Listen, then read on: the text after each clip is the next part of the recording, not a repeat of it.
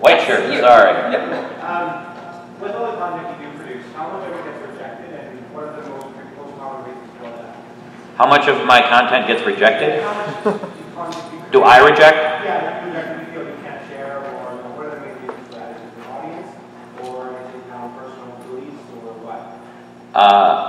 I've never deleted a video, and I have never. I don't reject very many things. I guess a better question is how much is the floor and how much stays there? How much? I'm sorry. How much content hits the floor and how long does it stay there? Or how much stays there? Sometimes I'll start an idea, I'll start a script or something, and I'll be like, nah, this isn't going to work, and I'll push it aside. But if I get to the point where I've completed a video, I will always put it up. I don't think I've ever completed a video and then thought, no, I'm not going to put it up. There have been many times I've thought, I probably shouldn't put this up. I don't think this is good, but I'm going to do it anyway. It's usually just my own, me thinking that it's not good enough. It's never the audience telling me if they don't like it. Usually if the audience doesn't like it, I just think there's something wrong with the audience. No, not necessarily, but you just got to live with it, you know. Yes, right. So, what is your most favorite? Do you have a favorite episode you have done? I've done. There's how many? 1,000-some videos on Wheezy Waiter. One of the first one that comes to mind is Clone Hard. That is one of my favorites. Everything is Possum is another good one. The Proposal to You is probably the best. You don't have but, to say that. Your favorite video? Your favorite video? Yes. Yeah. The one called Your Favorite Video. That one's your favorite, anyway.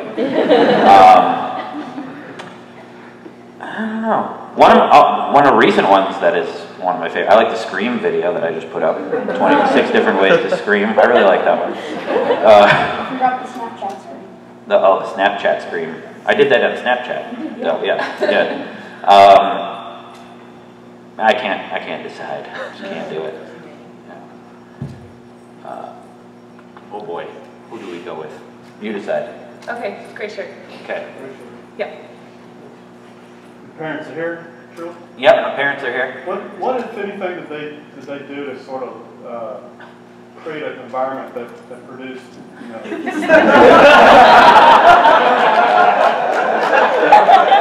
I don't know. Do you want to answer that?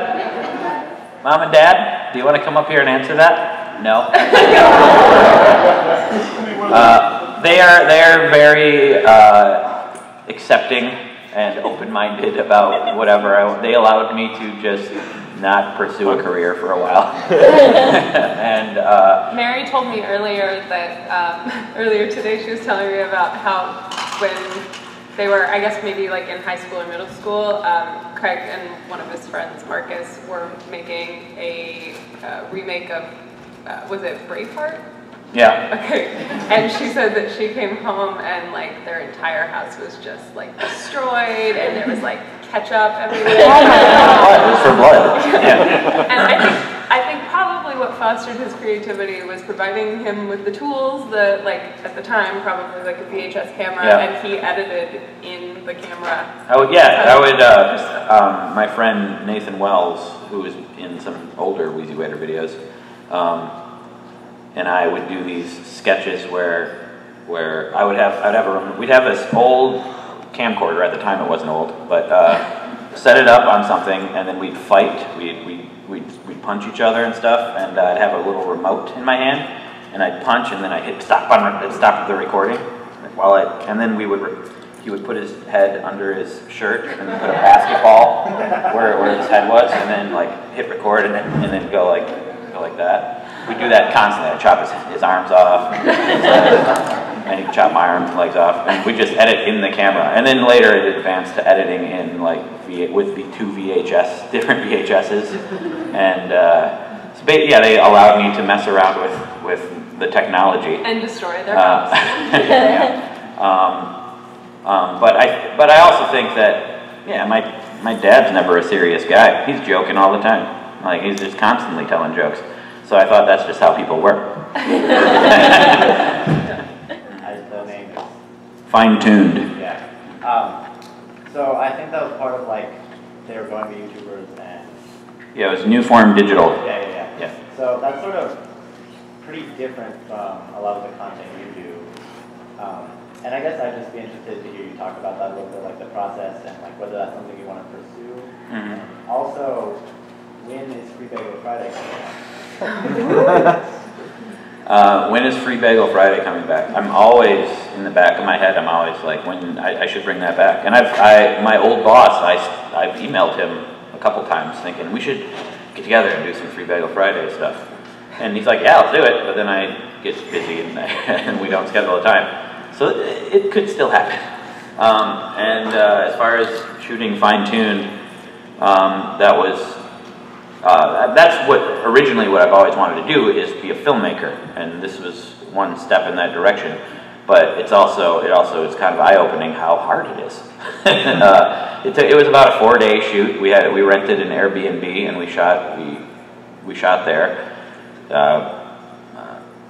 We had to find actors. We had to do casting call. Some of the people I already knew, but we had to do casting call. We had to.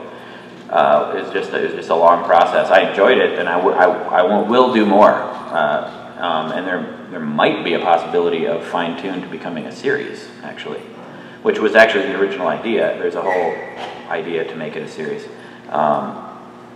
and I enjoyed it. I guess I would like to do more of it for sure. Yeah, and hopefully improve, figure out new ways of doing things. Okay. Right there. Cool. So, you know.